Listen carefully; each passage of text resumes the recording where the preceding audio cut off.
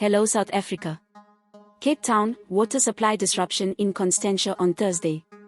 There will be a water supply disruption in Constantia, Cape Town on Thursday, October 12 due to planned maintenance. The planned maintenance is scheduled from 9 to 12 o'clock. The City of Cape Town said its Water and Sanitation Directorate needs to do emergency repairs to the outlet of the pressure-reducing valve, PRV, on the 300 mm diameter water main in Constantia. The municipality said its water and sanitation maintenance team will be attending to the severely leaking coupling on the water supply main in Constantia.